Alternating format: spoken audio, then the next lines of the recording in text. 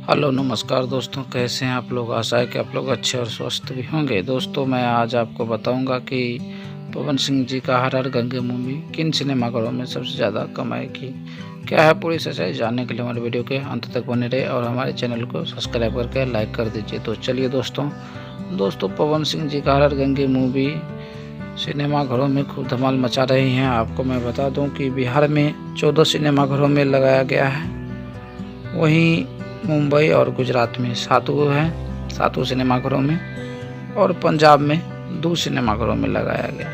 लेकिन सबसे ज़्यादा बिहार के चित्रावनी में